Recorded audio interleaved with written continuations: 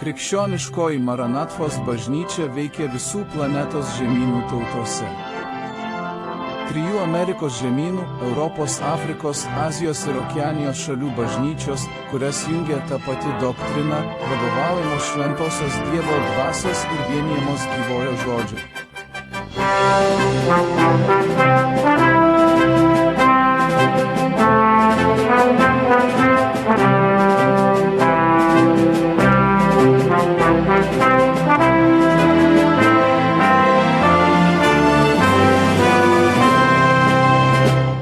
Broliai iš viso pasaulio dalyvauja tame pačiame kulte kartu, viename kūne ir vienoje dvasioje. Per daugiaplatformę perdavimo sistemą krikščioniškosios Maranatvos bažnyčios nariai iš visos planetos išgyvena vienybės ir bendrystės akimirką, kaip hebrajai prie išėjimo iš Egipto, o mokiniai su viešpačiu Jėzumi jo mirties išvakarėse ant Kalvarijos kryžiaus. Žmonės iš viso pasaulio pasiekė amžinoji Evangelija ir žinia apie viešpaties Jėzaus trumpalaikį sugrįžimą.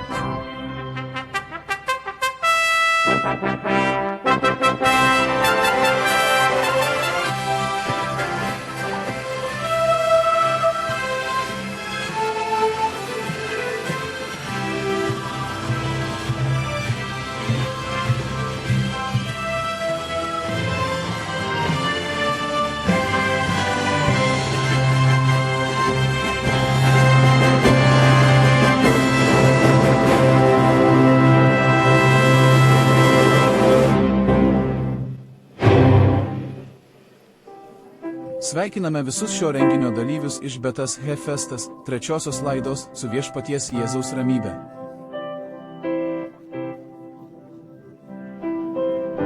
Broliai ir draugai, mes transliuojame visame pasaulyje tiesiogiai iš Manaimo, iš šventosios dvasios būsenos, verčiant į daugiau nei 60 kalbų. Kviečiu tuos, kurie yra čia, Manaime, mūsų bažnyčiose, atsistoti. Mes melsimės, kad šauktųsi Jėzaus kraujo galios, pradedant šį šlovingą įvykį. Šlovingasis Dievas ir Tėvas, minime viešpaties Jėzaus auką. Už jo brangų kraują, jo šventosios dvasios išliejimo, kad šis įvykis yra palaiminimas kiekvienam iš čia su mumis esančių ir visame pasaulyje pakviestų žmonių. Viešpatie, mūsų šios dienos tikslas, kad tavo dvasia pasiektų kiekvieną širdį ir atneštų ramybę. Paguodą, saugumą, viltį, o svarbiausia palaiminimą perkeisti gyvenimus tavo amžinosios Evangelijos galia.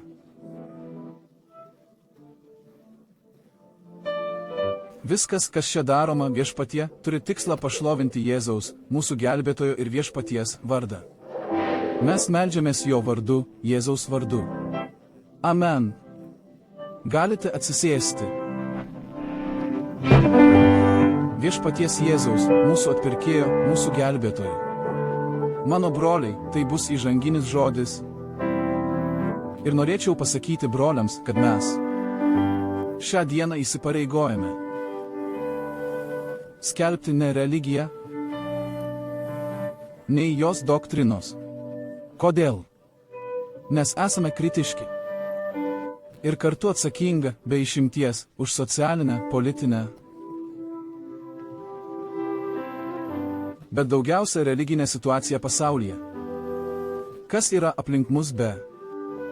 Atsakymus į daugybę klausimų. Šis susitikimas tai savianalizė, kurioje dalyvaujame visi.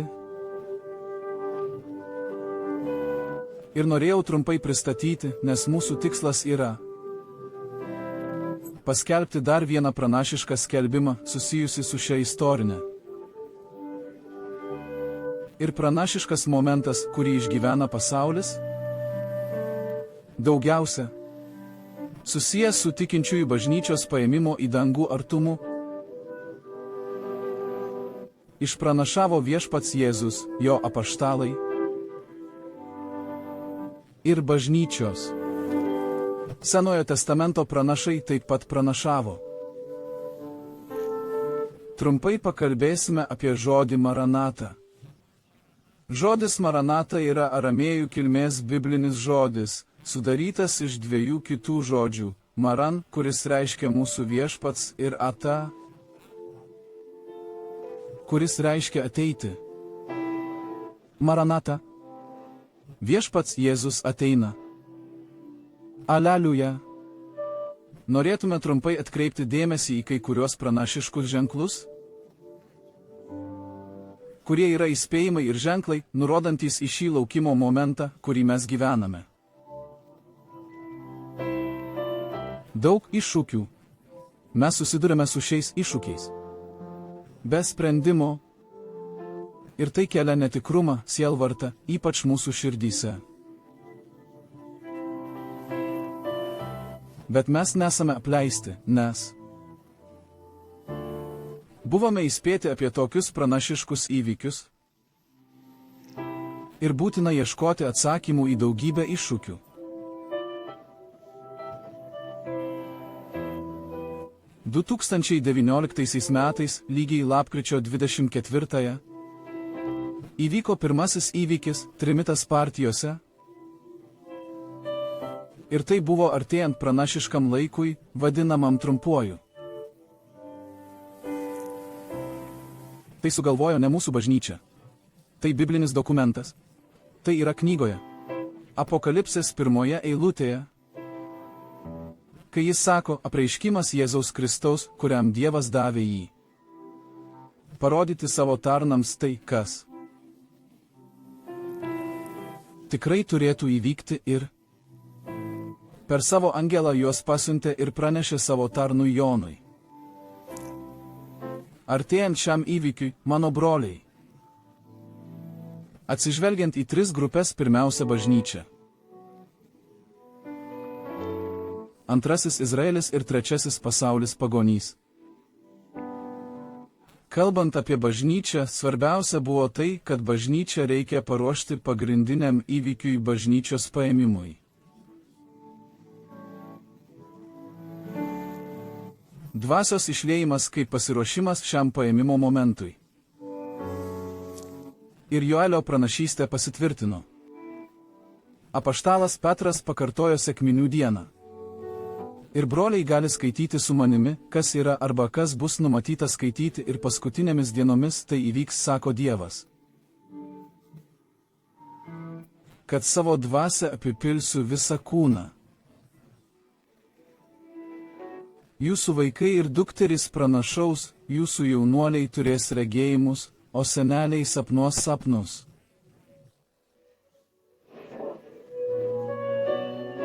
Tai buvo pirmoji dalis aleliuje, o antrojoje dalyje buvo kalbama apie Izraelį, apie pranašišką Izraelio svarbą. Ir buvo paminėtas istorinis faktas, kuris įvyko. Praėjusio šimtmečio viduryje, kai 1948 metais Izraelis susikūrė kaip tauta. Tai pranašiškas ženklas, kurį pats viešpats Jėzus atsakė savo mokiniams Mato 24, 32 ir 33 knygose. Jis pasakė, kad išmokau palyginimą apie figmedį. Figmedis Senajame testamente simbolizuoja Izraelį. Taip pat bažnyčia simbolizuoja vynuogyną. Naujajame testamente Jėzus sakė, kad aš išmokau šį palyginimą apie figmedį, kai jo šakos tampa. Dygsta lapai, žinai, kad artėja vasara. Pažvelgti į eilėraščio komplimentą vienodai, kai jūs ateinate iš visų šių dalykų. Žinau, kad jis Jėzus yra arti.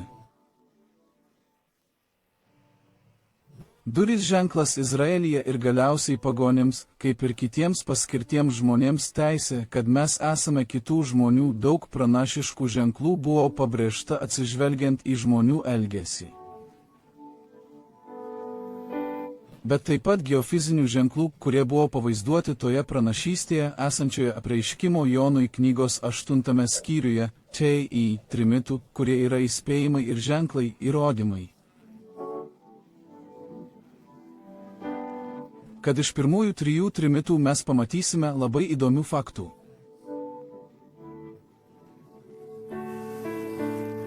Galite įvesti ekrane Apokalipsė 8:1 ir 6 mes sutrumpintai sakome kaip.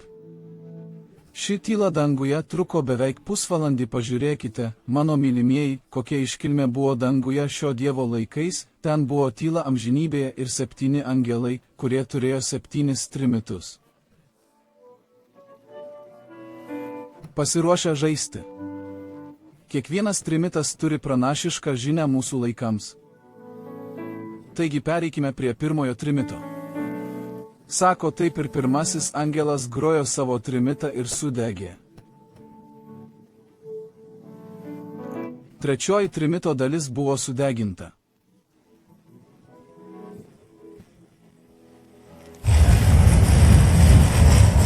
Stebėkite mano brolius.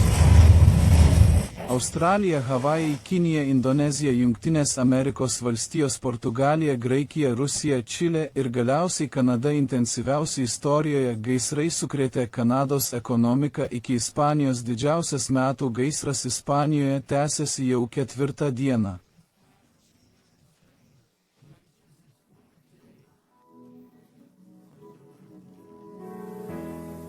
Prašau visų, kurie mus stebi per televizijos kanalus ir kitą žiniasklaidą, ir mūsų, kurie esame čia. Šis trimitas jau grojo. Jis jau grojo, eikime į antrąjį trimitą. Apokalipsė 8:8 ir 9 ir antrasis angelas grojo trimitą ir mirė trečioji dalis būtybių, kurios turėjo gyvybę jūroje. Mano broliai, 1970 matote, kad didysis okeanografas jau kainavo. Pažiūrėkite, ką jis parašė laikraštyje Žemės rutulys. 40% gyvų būtybių pasaulyje. Dabar matote didelę šiukšlių dėmę Ramiajame vandenyne. Tai yra nuotrauka, kurią mes paėmėme iš interneto. Kita nuotrauka su negyvomis žuvimis. Ten šiukšlės jūrose. Klausimas, kuris lieka, yra: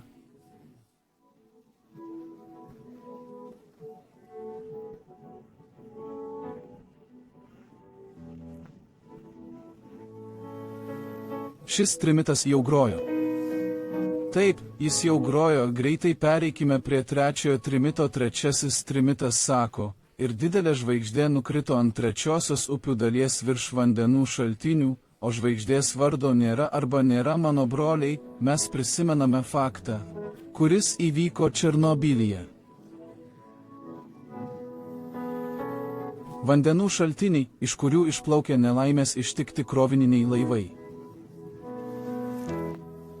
Branduolinė katastrofa įvykusi 1986 metais, tačiau mūsų dėmesį patraukė tai, kad šis žodis ukrainiečių kalba reiškia absentą, o absentas reiškia kartumą, kuris akivaizdžiai peržengė šio fakto ribas. Kad vandens šaltiniai yra užteršti, mes žinome, kad niekas neturi drąsos prieiti prie upės, kuri anksčiau buvo tinkama gerti, pasiimti puodelį ir išgerti. Kodėl?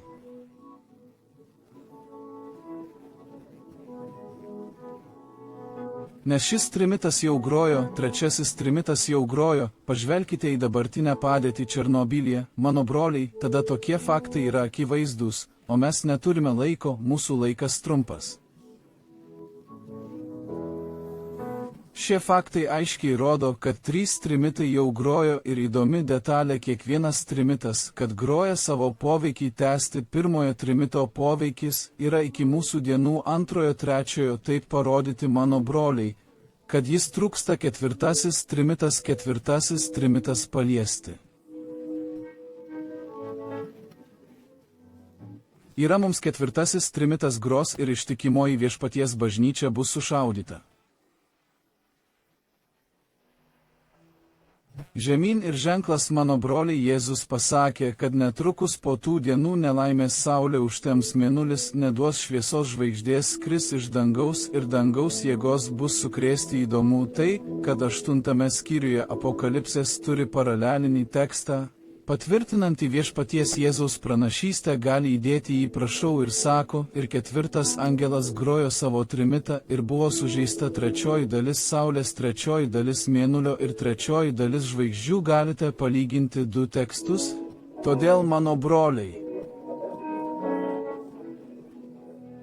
kai Jėzus apie tai kalba, jis pateikia Mato 24 knygos 30 eilutę. Norėčiau, kad broliai kartu su manimi perskaitytų 30 ir 31 eilutes, tada perskaitykite kartu su manimi. Danguje pasirodys žmogaus sūnaus ženklas. Ir visos žemės giminės verks ir pamatys žmogaus sūnų, ateinantį per dangaus debesis su galybe ir didžia šlove. Ir jis atsiųs savo angelus, skambant trimito garsui, kuris surinks savo išrinktuosius iš 4 vėjų nuo vieno iki kito dangaus galo. Aleliuja. Jėzus yra prie durų. Antrasis renginys, kurį mano broliai, būdami gana trumpi, surengė praėjusių metų lapkričio 6, 2022 metais. Ir tema buvo sutelkta į žmogaus situaciją, jo nesugebėjimą susidurti su kliūtimis, kurias žmogus patiria. Taip pat apibūdinama Joelio pranašystė. Kartu su mumis čia dalyvavę broliai skaitė minios žmonių sprendimo slėnyje, nes viešpaties diena